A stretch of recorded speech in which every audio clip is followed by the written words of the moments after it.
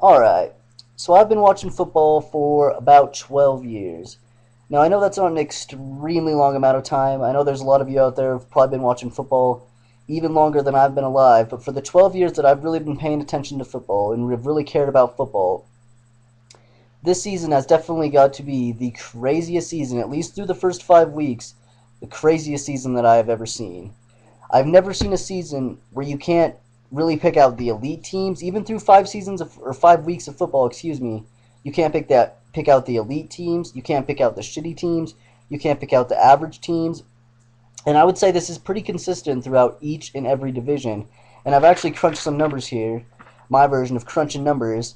And I'm going to tell you guys some of the weird, random ass statistics that have happened so far in this year of football. Now, I know we still got plenty of time to go, even more than half the season to go, but I think you guys will all agree with me that this has been the weirdest 5 weeks of football that you have ever seen. I mean, who would expect the Colts to go 3-2? Who would expect the Saints to lose to the Cardinals?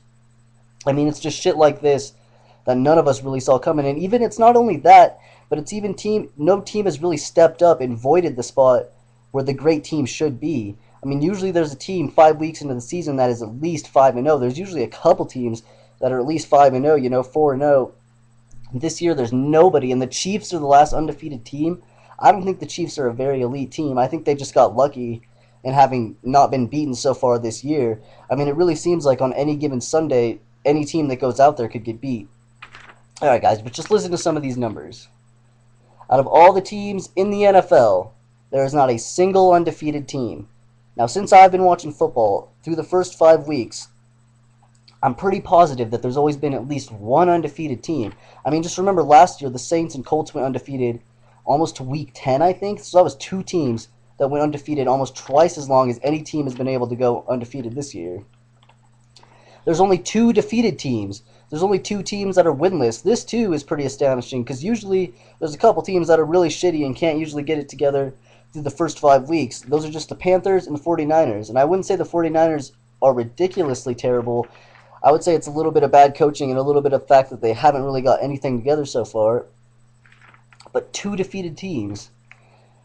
Alright, and out of all of the teams in the NFL, there's 18 teams that are either 2-2, 2-3, or 3-2. I thought this was amazing. That just shows you how many teams are just in this jumbled mix in the middle here of just like decent teams who aren't really elite and aren't really shitty and just can go out and win or lose on any given Sunday and you really don't know. Alright, the NFC East, there are 3 teams all tied in first, the Giants, the Redskins, and the Eagles. The AFC West, there are 3 teams tied in second, the Raiders, Chargers, and Broncos. And in the AFC South, everyone is tied. Everyone has the exact same record in the AFC South. I thought that was amazing, too. I think that's so funny, because the AFC South probably is the hardest division out there, talent-wise. So it would suck to be an AFC South fan. You know, your team, every week you're going out and you got to play these pretty decent teams at least twice a year. Sucks for you guys, but that's a pretty crazy division. There's 7 one-loss teams, so I thought that was pretty crazy too. We're talking about no elite teams. Only through 5 weeks of the season, there's only 7 lost teams. Now remember, some of these teams have only played 4 games, and there's only 7 one-loss teams. That doesn't make sense to me at all. Where are the elite teams? What I just said. Where are the elite teams? So far this year, there hasn't been any of them. I'm looking forward to a really great second half of football because of this void of elite teams. I think there's going to be teams that we didn't really expect to be super elite at the beginning of the year that are kind of going to jump in and kind of take that spot of being the elite teams. Hopefully we don't just have this jumbled mix of like you really have no idea what's going to happen every Sunday. For those of you out there who predict games, it's got to be a nightmare to have to predict games. You know, the wise guys out there predicting games. That shit's got to be tough right now when the Saints are going down to the Cardinals and the Colts aren't winning consistently and all these supposed good teams are losing to all these bad teams. But what are you going to do, right? So I just wanted to give you guys my thoughts on that, and I'm going to give you my prediction for tonight. I think it's going to be a really good game between the Vikings and the Jets. I think Randy Moss will be semi-productive. I'll say 6 catches, you know, around 50 to 60 yards. Maybe he'll even get a touchdown pass. But I don't see the Vikings winning this game. The Jets are too overall well-rounded.